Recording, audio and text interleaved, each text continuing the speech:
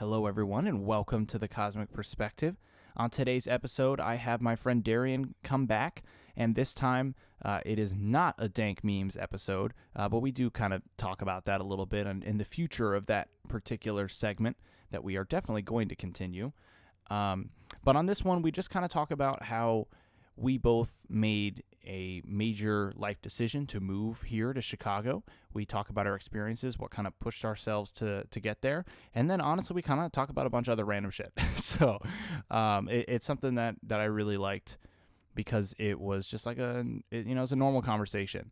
And Darrian and I have a ton of awesome conversations. She's definitely one of my best friends here in Chicago. And I really just always have a good time. So I think you guys will enjoy this one too. And without further ado, here is the podcast.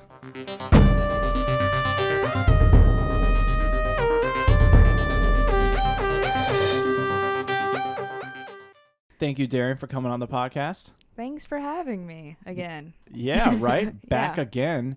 This time, though, no dank memes. This is coming, though, guys. The dank memes are coming.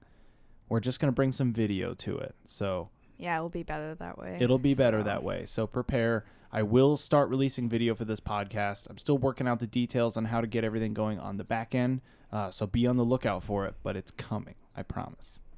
Okay.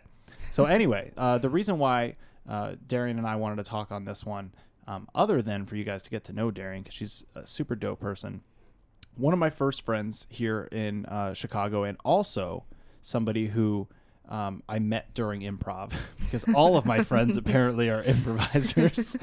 But she had actually moved here the exact same day that I moved here. And we both have kind of a similar story in terms of what caused us to move to Chicago. So that's really what I want to get into. So Darrian, let's have you take it away. Tell a little bit about what led you up to your decision to come to Chicago. Well, it was probably, I don't know, like my junior year of college when I was really not feeling the communications major. I felt like I was like aimless, you know? So I started thinking about like what I wanted to do after college and if I even wanted to try to do anything with my degree. Like obviously I'd have to get a job, but I wanted to move to either LA or Chicago. And I asked my roommate from college if she'd go with me, and we were talking about LA, you know, for a long time. And then she went back home for the summer after we graduated, and she met a guy, and now they're getting married soon. So I mean, damn, okay. I hope it works out. Yeah, it'll probably work out. Yeah, happily ever after then. Well, yeah. So then there goes your ticket to LA. Yeah. So then what were you thinking? Okay, well now that that's not an option, what do you do? Yeah. Well, my friends from like middle school, they moved over to Chicago because he's a pilot and he could get like a job here. So I was like, hey, I'm moving in. And they were like laughing about it. But then they were like, that would be good for rent. We have a lot of student loans. They have like a ton. So I moved in like like a few months after we like joked about it. It was weird because they got married. And there was kind of that like feeling, you know, once your friends get married, you kind of stop talking to them. But then, I don't know, I moved in. I started taking classes at Second City. Like, it was, I don't know. And so that's what brought you here. Yeah. So you said it was between Chicago and LA. What had you pick Chicago in the first place before they had like moved here? Chicago for Second City. Yeah. For Second City. So you already were like keen in on what it was known for and what it's done for comedians. Yeah, like all the people I looked up to and all that, Martin Short and Tina Fey, Amy Poehler, they all came here. So I was like, I want to do that. But then LA had the Groundlings, like Will Ferrell, Maya Rudolph, all those people. I don't know. I just wanted to do one of those, you know? Yeah. So no New York? No. No. Yeah. I mean, New York's cool. I went at the worst time ever. So my view of New York was not great just because it was like rainy and snowy. But yeah, I feel like I wouldn't want to live there after visiting for a weekend. I'm like, nah. Why'd you go? I went to meet with Matt. Okay. Yeah, Matt, my buddy from college.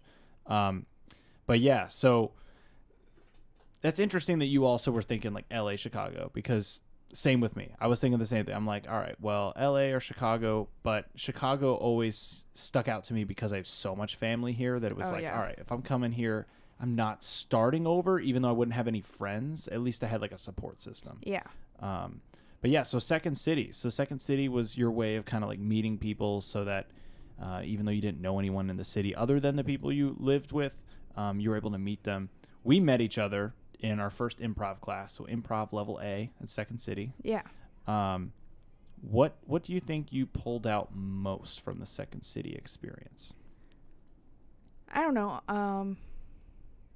I guess like everyone wants to be funny and like meet people and like have other people think they're funny, you know? But I guess what most people have told me, they're like, "Oh, be confident," you know? Like I mean, I don't know. Yeah, it does definitely gives you that opportunity to get outside of your comfort zone and then to yes and the moment, right? Yeah. Like to literally be like, all right, we're committing to this. Yeah. And you say something and then that becomes the scene. And I think that principle applies to a lot of stuff. Yeah, and you have to be like really supportive of everyone because you know how like scary it kind of is to be up there too and to be doing poorly, like oh god, that's even worse when Yeah. you're like failing and you're like, somebody please rescue me. Yeah, and then you keep trying and it gets worse. Yeah, oh my god. Yeah, I think we definitely have some moments in mind. So for the rest of the people, we actually did improv all the way through. So typically the way that Second City does it, for anybody who is not familiar with Second City has you try to stay, it doesn't always work out that way, but you're supposed to try to stay with the same people in roughly the same time slot every week. And these are, it's 8 weeks, right? 8-week courses. Yeah. It's 8-week courses. So 2 months, and each level, kind of builds on the last, although I would argue the last two are kind of like the same level. But yeah, so each level you build your ensemble, and you get to really know these people, and you start to learn how they improv, and then you know what kind of scenes to throw at them. Like, oh, I know Darrian will do well if I say this, and you start to really learn kind of that team dynamic. So we got to know each other like super well over the course of that time. Also we went out after and like hung out. Like some people just go and then they just go home. Yeah, that's not the move. The move is definitely, even if at first it's like the whole group hangs out and it's kind of weird, eventually it will dwindle to the people who really connect. Yeah. And I think that definitely happened with us over the course of the time. Like, yeah, they're definitely shrunk the group. The group definitely shrunk over time, but that's to be expected. Like, you don't really know somebody until you spent a lot of time with them. Yeah. I mean, that's really what it comes down to. So one of the big things that I kind of want to point out about this is that it takes a lot of bravery to just up and leave your hometown and go somewhere where you really don't know people. So what do you think gave you the courage to do that? I don't know. I just didn't like being in Colorado at home. I wasn't like happy at all. And I knew if I tried, I would be happier than I was. Yeah. So, and I also just enjoyed like being funny when I was, you know? So I knew if I went to Second City, I'd meet other people who cared about that same stuff. Like, it's inevitable, Yeah, you're finding like-minded people. Yeah. What about you? I think for me, for those of you guys who listen to Bill Burr's podcast, shouts out to him for calling out the Kardashians for always saying, for me. I just feel like for me. So I think for me, what it was I was so frustrated with my day-to-day life. Like, I was sitting at home living with my parents, which, there's nothing wrong with that. Yeah. In today's society, like, we are put in that situation where, like, it's not like, 40 years ago where you didn't have to live with your parents. Like, you could have moved out and you could have afforded it, and home ownership wasn't that expensive. Like, yeah, we're not going to get into that. But I was very frustrated, like, sitting at home, and I felt like I wasn't doing what I was destined to do. I wasn't doing anything creatively at all. And it wasn't that I didn't want to. I I had no means to keep the momentum going. It was literally me by myself. And I had maybe a couple people that I still like talk to and occasionally would hang out with at home. But for the rest of my like friends, they either were from college, so they never lived by me in the first place, or the ones who did live by me either moved or was still in college or graduated and got somewhere else. So I felt like I was just alone. I felt completely alone, and I was like, all right, well, this isn't working, and this isn't living, and I don't care if I have to quit my job, which I did. I don't care if I have to quit my job. I need to get out of this. And so for me, it was desperation of just like, all right, well, I know that I'm not growing right now. Yeah. And the only way for me to truly grow is to get up and go out. Yeah. And when you have that freedom in college, I mean, you know this, like you had that freedom in college and then you have to go back to your parents. It's just, you can't really do it anymore. Yeah, I didn't really do anything in college. Mm-hmm. It's just when I'm at home, my parents notice more and they talk about it more. Oh, yeah. It's a lot. Yeah. You don't really want to, have to, I feel like explain your day to day to your parents, especially because you're in a different place in life. So the things that you're going to spend time on and value, they're just not going to fully get it. Yeah, definitely. And they did not want me to move to Chicago. They were terrified. Like when I was talking about it, they would continuously try to talk you out of it. Well, not even talk me out of it. They just be like, you're not doing that. There's no way you're going to go. Like, I was like picking out moving trucks and stuff, and they were like, you're not going to do it. Like, what are you talking about? They had no faith, and here you are. Yeah. So ultimately, though, when you made that decision, they did help you. I mean, yeah. I mean, maybe not that confidently, but reluctantly they helped you. Yeah, I mean, and now my mom's supporting me more. My dad's, he's getting used to it, so. Well, you gotta show them. You gotta show them how serious you are about it, and you moving here is a legitimate step in what you're trying to do. Yeah, you're actually taking the step forward. You're doing things every day. I mean, so for those of you who don't know, she just had a run with a show that she had written in Second City, and then she is currently. Well, actually, it just ended too. So you had 2 shows that you were a part of.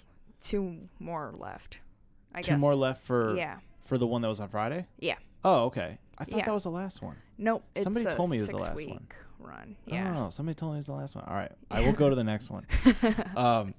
But yeah, so anyway, so multiple shows going on. So like she's really doing it. She fucking upped and left, and now here she is. I mean, would you have thought that you'd be here a year later? Because it's now a year now. I mean, I definitely thought it would take long. It's so easy.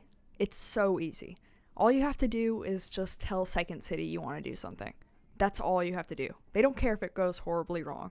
Yeah. Like, because they're willing to try. Yeah. And if it fails, then they just won't do it again. Yeah, they're just like, oh, you didn't make that much money. Yeah, exactly. It's not like they don't make their money from that. They make their money from classes. Let's be real. That's really. They make so much money from classes. Yeah, exactly. No, exactly. So, yeah, I mean, I think the moral of that story is, if you really want something, you really just have to go out and do it. Yeah. Even if there doesn't seem like there's a real option, because you also came here without a job. Yeah. Oh my God, that was terrifying. That is terrifying. I don't advise that. If you can find a way to get a job first. Yeah. But yeah, I did the same thing. I didn't want a job at first. Me either. Yeah, I was like, you know what? Let me just learn the city, and I'm gonna take these Second City classes. I did my best. I was living from home, so I got to save up a decent amount of money to be able to do it. And it was worth it. It was totally worth it. I'm glad I didn't work at first. Yeah. I really think that allowed me to like really get settled in and do what I wanted to do here. So what do you think was the major pull from Second City and now like going into kind of the next phase of what you're trying to do? Like what is now in your sights? I definitely want to do my own show. Like, I want to direct one, I think, because then I'll be able to write more and I'll have a say on what to do. And if I'm wrong about things, then I'll learn that immediately, Yeah. But it's hard watching someone else direct something and then only putting in a few sketches and then being like, I I wish we had done it this way, but I don't want to like step on your toes, you know? Yeah. I mean, you got to respect their boundaries. Yeah. I also just want to meet more people. I don't want to just keep doing writing, I guess. I feel like I'm fine at it, but I want to do more, you know? Mm-hmm. What about you? You mean like you want to, I'll answer that in a second. You mean like you want to get more into performing as well with it? Yeah, I mean, that would be cool, you know?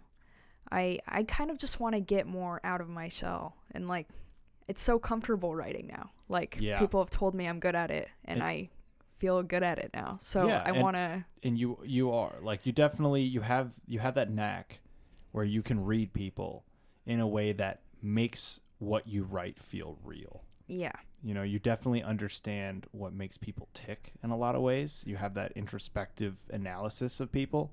And I think that ends up really helping with characters. Oh, yeah. And characters are everything. Characters are pretty much the only thing that matters in storytelling.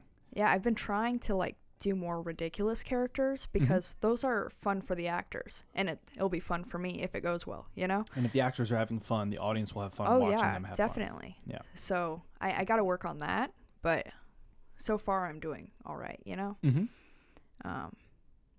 you prefer writing for stage versus something else? I mean, I haven't really tried writing for something else yet, though.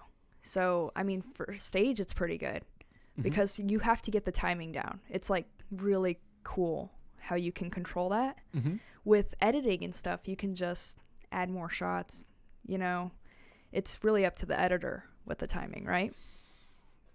Yeah. I mean, you want to give them a good guideline. Yeah. You definitely want to write something where they can see where you're going with it, and then the editor is supposed to emphasize what you've already kind of written. Yeah. So moments that are meant to punch, they will edit it in a way that it will punch. But it's because it was obviously written that way.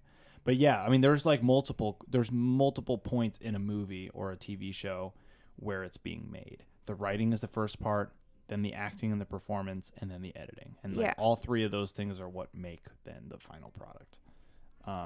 I'd be very curious to see what kind of things you could write, knowing that the film can help show, whereas on stage, everything has to be basically told and then acted out in mannerisms. Whereas on a show, it's like you can have props and it's a lot more freedom, I think. Yeah, I think there's a little bit more freedom in that. It's definitely a lot more limiting with stage because you have to work with what you got to work with. Yeah. Especially because at Second City, like, props, not much. It's mainly like, hey, you should pretend that something is in your hand. Yeah, very into the improv kind of rules. Yeah, which is fine. I like that too. Just a balance. Yeah. Okay, so what was you threw the question back at me? I forgot what the original question was. Where do you want to go? Oh, where do I want to go? Somewhere warmer. This winter is killing me, dude. Fuck. This winter is a little too much. I like Chicago. I love the city. I hate the winter. I wish the summer was better.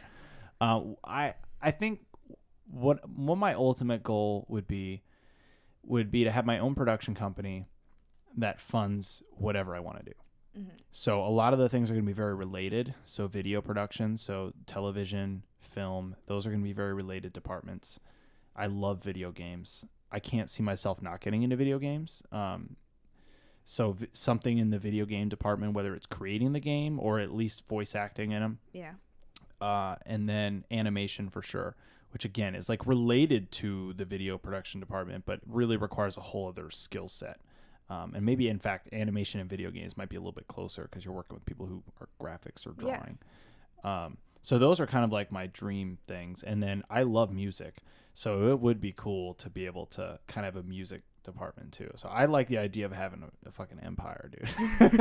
I want an empire. But, you don't build that in a day. So I'm not like, I'm going to try to do whatever I think I can do first. Yeah. And then use that to then branch out over time. As I master and acquire skills, I get to a point where I can feel comfortable to make logical leaps. And I think the pathway that I want to set for myself is definitely based on the book Mastery, which if nobody's ever read it, definitely read it. It's called Mastery by Robert Greene. And he details how geniuses all got to where they were. And these people didn't always start out as an obvious genius. It was just their ability to learn things and to connect things in a way that other people didn't.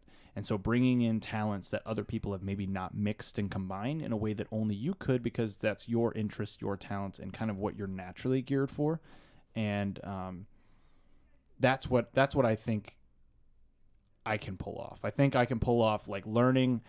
I already have a degree in video production, so I already have a good foundation in that. That video production naturally can lead me into like writing for an animation, because a lot of the storytelling elements are similar. I just would need some animators and some illustrators.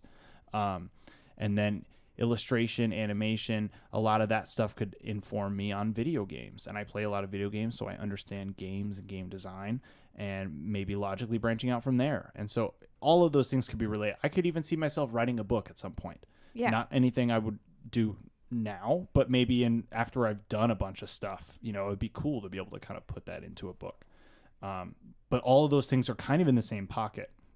So it's not like I'm trying to be a fucking professional bowler and then go play hockey. You know what I mean? Like it's not like they're two completely unrelated stuff. It's like a lot of the stuff I'm interested in are all in a general field and a general direction.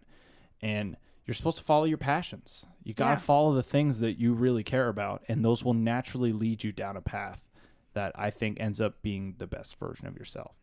So that's what I see as my long-term vision. Is that empire. Mark my words, I'm calling it now. In 2018, April, well, I'm not going to say the date because I released this on another day, but yeah. Yep. So I'm calling it right now. So if it happens later, this motherfucker recording's proof. Nah, but really, like, it doesn't have to play out the way I expect it to. So that I'm not like married to how it's going to happen. It's just more of like, I know a general direction I want to go, and I know I want to chase these certain passions, and whichever one seems to be the next logical step, I'm just going to follow that. I'm going to trust my gut. Yeah, I feel like I'm kind of just, people ask me to do something and I'm like, okay, yeah. That seems like it would be fun or be good for me, maybe. And the moment. Yeah. Hopefully it's good. Like, it's not just like spreading myself thin and then not putting myself into it as much, Yeah, there's a balance on that, right? Yeah. I mean, but it's cool to be asked to help out too. I don't know. It is. You're going to be my producer now. So when we do bring this into video, part of that is going to be assisted by Darrian here. So she's going to be able to make this all happen. So I'm pretty excited, guys. Things are coming. That'd be funny if while I'm producing, you have me on the podcast, but I'm not on the podcast. I'm just like producing in the background. Yeah, yo, Darrian, pull that up. Yeah, well, we have a mic, so we'll have you hooked up on the mic. Okay. That's where I need to figure out another interface situation, because this one only has 2 plugs. But yeah, so I think ultimately we have our goals in mind. We're going in the right general direction, and you can't know how it's going to play out. So the idea is like, don't try to play God. You're not going to control the shit. Just kind of keep following the path. Trust the process. That's like been my mantra for months now. Trust the process. And like, you'd be surprised how often that works out. So what are some moments that you think reinforced the decision that you made to move here? Some moments, huh?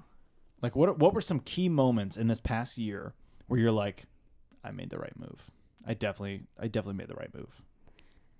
Just the moment I got here, really, was I already knew, because I felt like this weight was lifted, kind of, Oh, yeah. And then starting Second City, it was just like walking through that door, I was like, oh my God, And I know it's like, it's just a place where they want to get your money. But it's like, I feel like I'm taking steps to do something, So that was definitely a big one. I think being asked to write for Parker's show, that was pretty cool, because, I mean, we didn't really talk, He was just watching out for writers he liked in his class. Mm-hmm. So that was cool. And then, I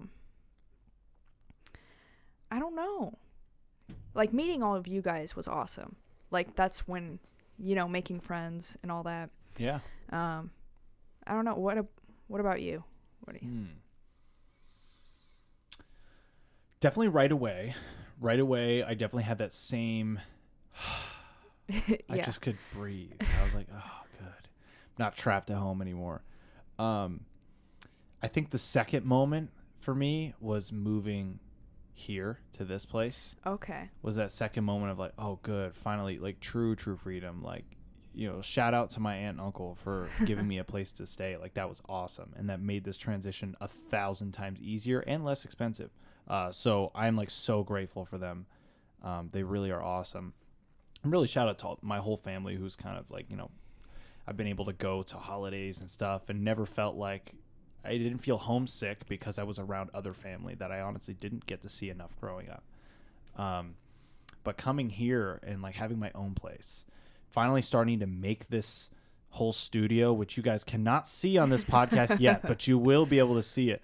I mean, this is the first time I ever got to really like design anything. I've always had furniture in all my apartments in college, so I never really had to like furnish stuff. I never really had to super personalize it. I would just get some stuff to put on the walls and whatnot. But this time, like, especially because there's no deposit on this place, like we were able to do whatever the hell we want with it. There's nothing to lose on it. So we like fully decorate. We just threw things on the wall. Really? There's no deposit on this place. Yeah. Yeah. I mean, it's an old ass building, guys. It's a really old building, but still, it's pretty nice though. It's not bad considering the cracks in the ceiling. Looks like the whole building's gonna split in half. But yeah, it's pretty solid. And like now it really has taken its form. Now that we got some curtains up, we upgraded the blinds, and we've designed it. We got the hue lights going. So a lot of the stuff that I've kind of always envisioned, like I've always wanted to have a studio in my house or whatever my future place is going to be. This is like a nice little introduction to that. Yeah. And I know it'll only scale up larger as I can acquire more things, but I've never had this much stuff to actually make stuff before. And so for a while, I think it was a little overwhelming. I'm like, oh, okay, I got all this stuff. I don't really know what to do yet. Now I feel like I know what to do a lot more than I ever did before. And I'm taking it piece by piece. I'm trying not to overwhelm myself. Yeah. Because I've already seen how easily that could happen. So I want to make sure that I do this in a controlled way. Yeah. So that's why I'm starting with the podcast. This is like a nice little easy thing and something that I enjoy doing, and it doesn't stress me out.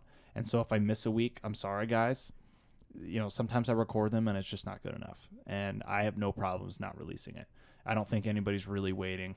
like no one. I got like an average of 30 listeners an episode, so it's not too pressing. I don't know. me. You should just release the ones, even if you don't like them, because it's like I don't know. It's like a timeline. No, it is a timeline, but I mean, sometimes it's a good lesson to learn though, without having to post it. Yeah. Yeah. No, I mean, I like the last one I recorded to a point. But I am a purist in the regard that I don't want to edit these at all. Yeah. I want you guys to hear this. This is all one take. I have not, for anyone who didn't know, I have not edited a single one of these. These are all straight through. So I want to keep it authentic. That's what a podcast is for. A podcast is not for trying to fucking pretend you're somebody you're not. It's not for putting on a fucking performance. I mean, maybe if you have that type of podcast, whatever. But for the type of podcast I'm aiming to do, I want this shit to be real. It's just a real conversation. And sometimes it's an interview because the person's really interesting and I just want to keep them on track with what's interesting. Yeah. But in general, like, I like doing it this way. I like this format. I think it fits me. I think it fits my personality. And all of my friends who are back at home and whatnot, like, shouts out to you guys. I know that when you guys listen to this, you're like, oh, this is just like talking to Kevin. So that's what I want for like the listeners in general. I want people to feel like they can get to know me because it is weird. You can kind of get to know somebody through a podcast without ever meeting them.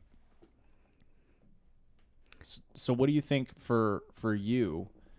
What would be your ideal vision of where you would want to be in like 5 or 10 years? Like, where would you like to take this? I want to be paid for comedy. Yeah. I don't know what yet, but that's what I want in 5 to 10 years. 5 seems ambitious, but That's what I'd prefer, obviously. But look how much changed in a year.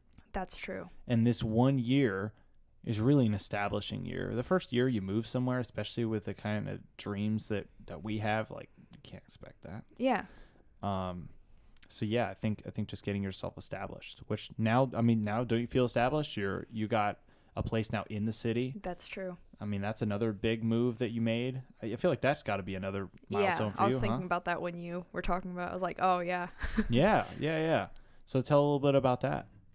Moving into okay. Yeah. I mean, our friend Kristen, she had problems with her roommate, and my roommates were about to move out west, way out west, into a house. So we were joking one day, and Caitlin and I were like, we'll move in if she moves out. And literally like 2 days later, maybe, she said she was moving out and that she wanted to sublet her room, you know? So I was like, I'll move in. And Kristen was like, I don't know if you can afford it, you know? Yeah. I mean, it was basically one paycheck a month to live there for the 2 months that Caitlin wasn't there, but it was so much better already because, I mean, I already had the job. I wasn't paying that many bills. Like, I was in the city. I didn't care anymore, you know? And that's the big thing is, like, just being close enough to the things that you really were already coming to. Because you had a long commute. Yeah, it was like an hour every time. Yeah, that's too long. That's too much. Way too long.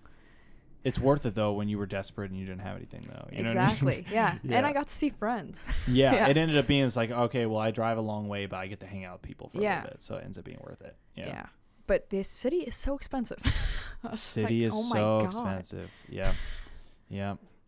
I don't know. I'm not a city person.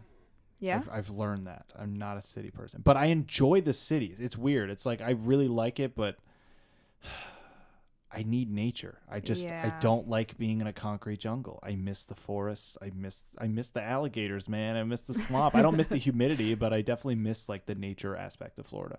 I miss seeing the mountains every day. Yeah. That is so cool. Every time I go back, I'm like, how did I not even notice this really? I don't know. It was in the background. Yeah. Yeah. I don't know. I like seeing shows. Like, if I want to see a show any night, there's a show I can go to. Yep. That's my favorite part of living here. Yeah. It keeps you connected to the community. Yeah. And right now, you don't know who of your peers is going to be somebody you're going to see on TV. That's true. You really don't know. And any one of these people, there are so many talented people that I've met at Second City that I'm like, you could easily do it. Yeah. The tricky part is if too many people go for a particular lane, the traffic gets congested, no matter how talented those people are. Yeah. So I think that the better move is to carve your own lane so you're not even competing with those people.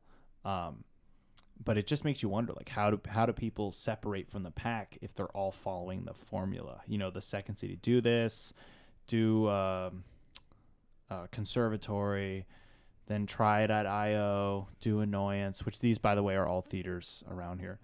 But, like, I don't know. I feel like that seems to me like you're asking to not really stand out, even if you're really talented. Yeah. I mean, even our writing teacher, our last show, he was like, just keep doing stuff. It's so easy to stagnate and just stop. A lot of your friends are going to drop out. They're not going to do anything. And you got to get used to it, you know? But I feel like if you are good enough and you meet enough of the right people, they'll bring you up too, you know? Yeah. It's not like everyone's selfish and they're only looking out for themselves, you know? I hope not. Those are the people you don't fuck with those people. Yeah, exactly. And hopefully people are looking out for that and they're just not going to want to work with them. Like, you can't look out for only yourself, you know? Dude, definitely. I mean, in this industry, definitely. Yeah. Even though this industry is cutthroat. Yeah. And some people do only look out for themselves. But I like to think those people, like, are so obvious.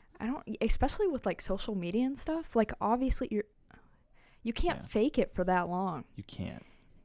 Dude, it's so much harder to fake it.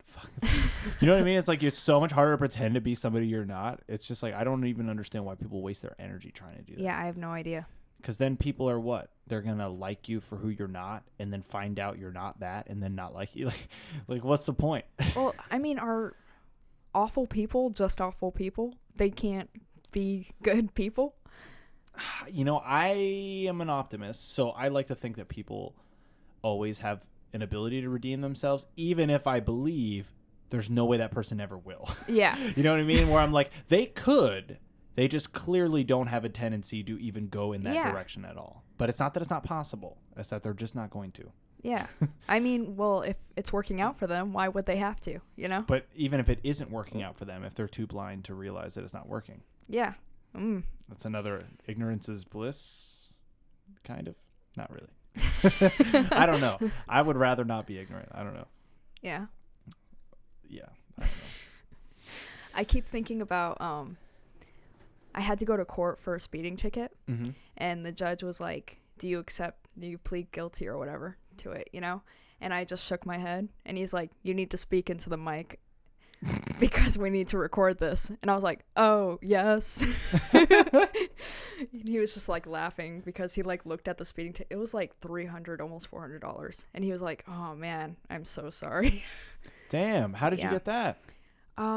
It was spring break for me, so I forgot other colleges were probably still in session, and I was in a school zone, and I was going like 15 over probably. It was bad. That sucks. Yeah.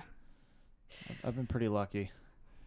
I've only been pulled over once. Well, I take that back. I've been in the car a bunch of times, but I've only been pulled over me driving once, and I was driving home from work. I used to work at the time I was working at Subway.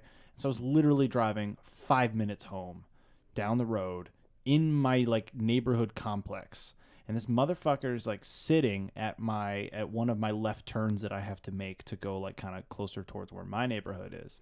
And pulls me over, and like I had never been pulled over before. I was 16 and I had my license, but like I didn't know where my dad kept his insurance card. I didn't know where any of that shit was, any of the paperwork. And then I handed him like an expired one. And like, yeah. So, but he gave me like such a big, like he was such a dick about it, where I was like being so nice and respectful. I was like, this guy's so like, he's riding a power trip. I'm like, I'm just trying to go home, dude. Yeah. I just closed Subway. I'm like, I closed Subway illegally at 16, by the way. Fucking by myself. I'm like, they definitely shouldn't have had a 16-year-old close the store. But, fucking close the store, and I just want to go to sleep. I had to work, or I had to go to school the next day. And like high school, you got to get up at, my school started at 7:05. Like you have to get up ungodly early. And I got off. Like he didn't give me a ticket or anything. He just gave me a warning. But it was just like he just gave me such a hard time.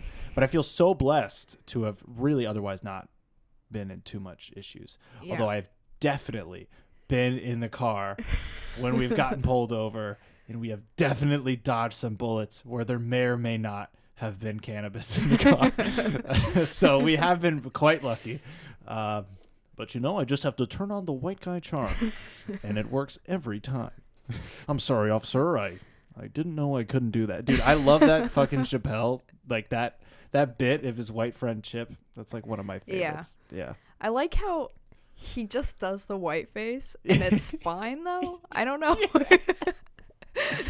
Oh, actually, speaking of whiteface, spoiler alert, just heads up, if you watch Atlanta, this is a spoiler. Pause it, skip ahead like 15 seconds. Donald Glover fucking does whiteface. What? But he does it in such a way that like it's the character, and it makes sense on why he does it, and he's not doing it just for the sake of doing it. Well, I don't think that's even offensive. If someone's offensive by whiteface, no, offended, and it wasn't offensive anyway. It was kind of like a Michael Jackson type illusion. Dude, this episode was fucking mind blowing, bro. And like the episodes before that, this whole season has been incredible. I got to give it to Donald Glover in Atlanta. I've always been a fan. I've always been a fan of Donald Glover, just like in general. I've loved Childish Gambino. Although I'm like glad he's matured in his music. Because now when I play back some of the old stuff, I'm like, oh, he's just grown so much beyond that. Yeah. But I always liked him in Community. And in fact, I knew him in Community before I even knew of his music, when Camp came out. And seeing Atlanta, that show was one of the shows, that and Mr. Robot and Insecure by Issa Rae. All of those shows combined were like shows that influenced me to write the show that I'm writing.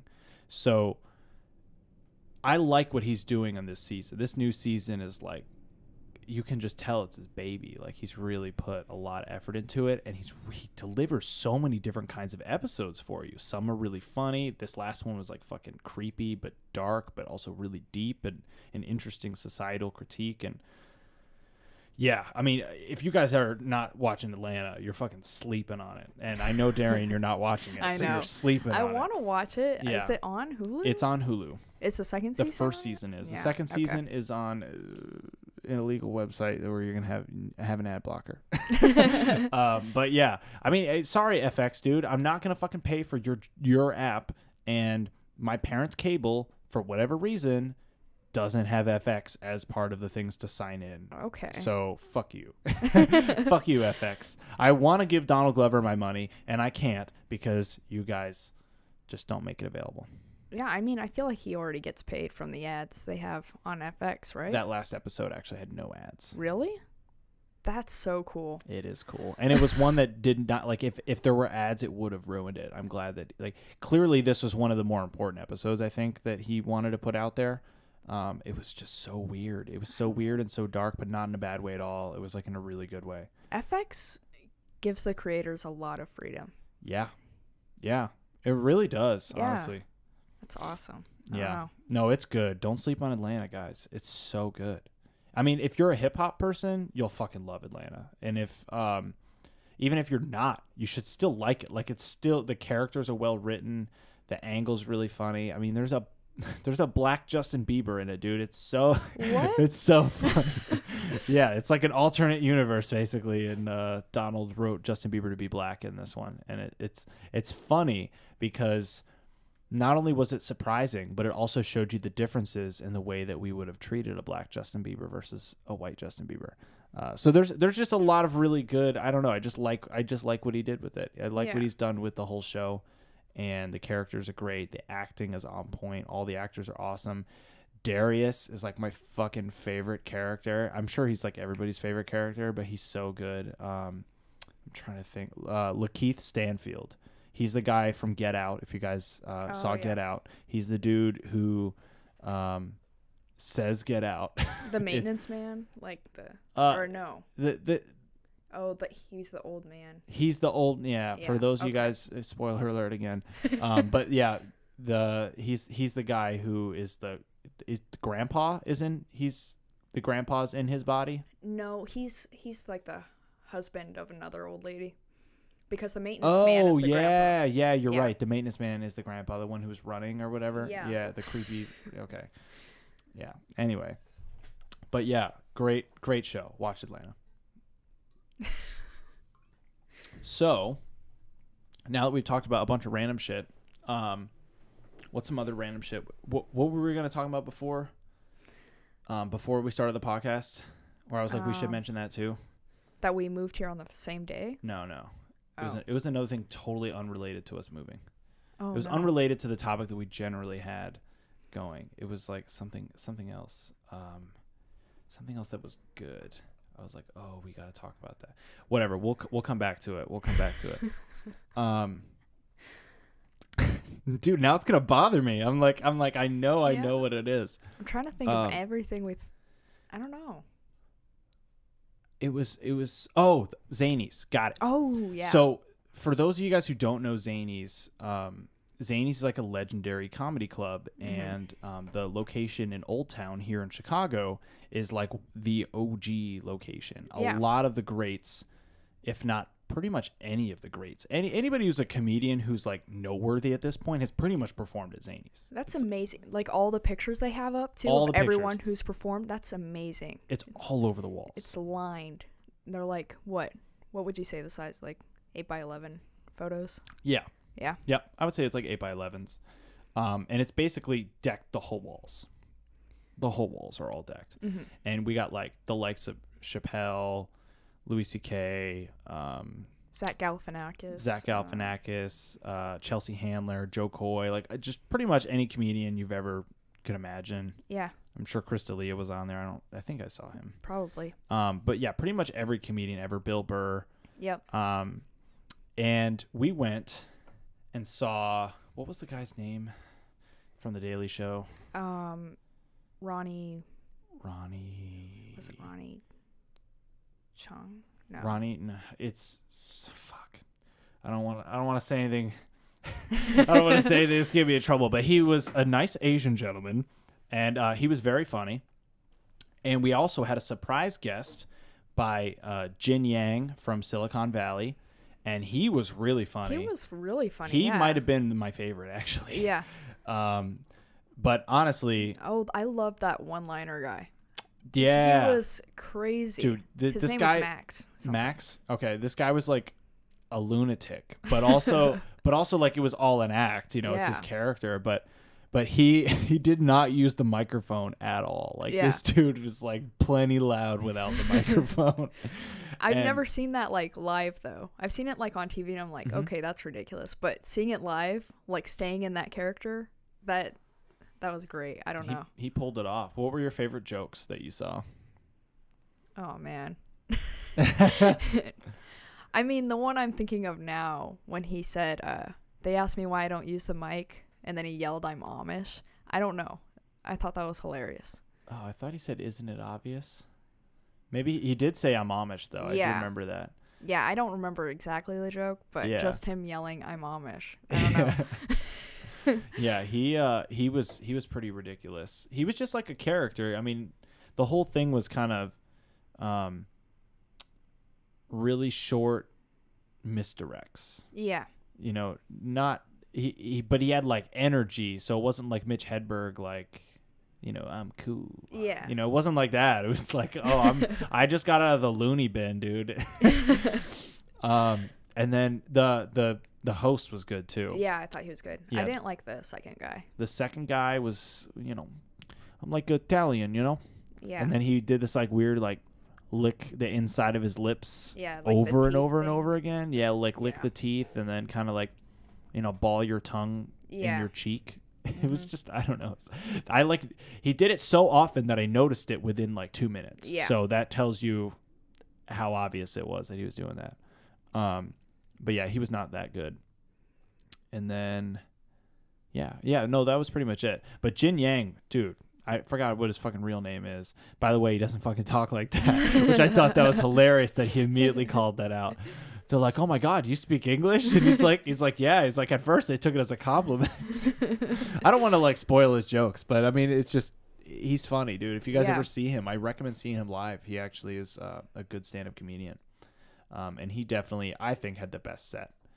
But the headliner probably had the second best set. Well, I mean, his set would have been better if it wasn't interrupted so many times. Yeah, it was interrupted by these rude fucks. And he kept using the like the illusion of like, yo, it's like I'm halfway through shooting a free throw and you guys are fucking it up. But it's true, because he was like lining up a joke. He's in the middle of the joke, and then it's like these people are fucking talking, and they're talking to the point where it's literally distracting him, because this is a small venue, guys. Yeah. This is not a big building. Yeah, it's very intimate. And they were like right in the front. Yeah. Yeah. I mean, disrespectful. I don't know. That was ridiculous. So disrespectful. Shit pisses me off. It's like, dude, don't go to a comedy show to talk during the set. And if you're going to talk during the set, be in the fucking back so he doesn't notice you. Yeah. And I just think it's cool, though. We've been talking about going to Zanies for like the entire year. Yeah. Yeah. And we finally went. I've walked by that building 1,000 fucking times now. I used to walk by that all the time to go to Second City when I was living in Old Town, and then even just like I worked across the street from the motherfucking place at the bar. So yeah, I mean, I definitely have always wanted to go. I still have that free ticket, so I still have another free ticket to take. Yeah, it's like I don't know if it ever expires. I really should look, but I got it because I got it in Uber with. I think it was that waitress, the one who I was pointing out. And she just hands them out? I don't know. Just like we had a cool conversation about comedy and stuff, because I was talking about Second City, because we picked up another, it was an Uber pool. We picked up another person at Second City. She was already in the car. I got picked up after work at Woody's across the street. And then she was like, oh, well, here, take this ticket if you ever want to go in, blah, blah, blah. But I don't remember her name anymore or anything, but I'm pretty sure it was that girl that we saw working. Nice. So yeah, I want to go. I like Zanies. I now I'm like, okay, the next time like somebody legit comes in, yeah, we gotta find a way in there. Yeah. Yeah. Zanies is the shit, guys. Comedy is the shit. Chicago is the shit. The weather is shit. But it's a great city, and if you're gonna come to Chicago, just come in the summer. It's totally worth it. It's definitely interesting coming from a place that had the sunshine every day, really nice weather, or unbearably hot. And then coming to here, it's like the second you get nice weather, everybody really appreciates it. And now that I've gone through a winter, I understand why. Yeah.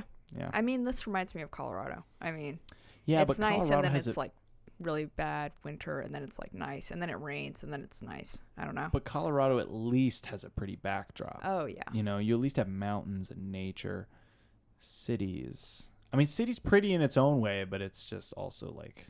Yeah. I like when loud. the architecture is like really on point, you know? Like it's not just a whole bunch of buildings stacked together. It's like they actually had a vision, you know? Yes. I've always thought, like, what if we designed our cities to actually inspire awe while also creating like functional flow? Yeah. You know, where the design of it is achieving what it needs in terms of pedestrian and traffic and whatnot, but it's also designed in a way that you're like, we built this, and like, don't we want to leave that kind of mark? Yeah. You know, like, do we really want a bunch of boring, cheap buildings that we knock down every 10 years or whatever? Yeah. Like, I don't think we want that. Like, I think more people would be down to have amazing, beautifully crafted architecture with these insane curves and kind of real design to it. Like, let's be inspired by our shit. And our infrastructure is literally crumbling. We have a D grade infrastructure in almost everything. Oh, no. Which is awful, right? Our infrastructure is literally falling apart, and we're not really funding it. And imagine if we funded that infrastructure in a way that actually inspired you. You just walk around and you're constantly inspired. Like, I can't imagine that not then creating more ideas to come out of people where they then implement their dreams and their visions in whatever the fuck they do. It doesn't even have to be architecture, you know? Yeah. Just regular people walking by. You know, some of my best ideas are on a walk. So it's like, maybe if you're just walking by, but you have this inspiring, awe-inspiring thing, and then it helps you write, you know, your show or your book, or it helps you make your design for your dress or your t-shirt or whatever the fuck your thing is. Like, we should create more things that give people an ability to get into the zone. Yeah. Or even just to be amazed by something. Yeah. Like, to see something that is not the norm. Yeah. Everything's just blocks. I don't know. Exactly. Inspire wonder. Mm-hmm. As Jason Silva, the Wonder Junkies. How can we get in our minds? Dude, he's such a character, bro. I love Jason Silva. If you guys don't know Jason Silva, shout out to Shots of Awe. He is hilarious. He is also really inspiring, and he's also really cheesy and corny. But I am also cheesy and corny, so I don't mind it. But he's totally he's somebody that definitely inspired me, so I recommend checking him out. But some of his videos are better than others, so definitely, if you go to his YouTube channel, check out the best ones. You'll see they have millions of views. It's pretty obvious which ones are like the top ones. But oh man, yeah. So I think we'll wrap it up. Yeah. But I really enjoyed this one, Darrian. It's a lot of fun. It was fun. It was a fun. Somebody touch my spaghetti. Oh no. All right, we'll come back next time Darrian's on. Meaning her as the guest, not producer, which she will be. But next time Darrian's on, we'll do those dank memes and we'll put it on the videos. I promise. I'll bring that back. I really do like that segment. I think it's fun. Yeah. I had fun doing it. So we got a ton of videos, by the way, that we've been saving for this shit. So we got a ton of videos that are really funny or cringeworthy that are really worth seeing. We just want to bring it to the video format so you can really enjoy it. Yeah. So thanks for listening. Peace out, motherfuckers.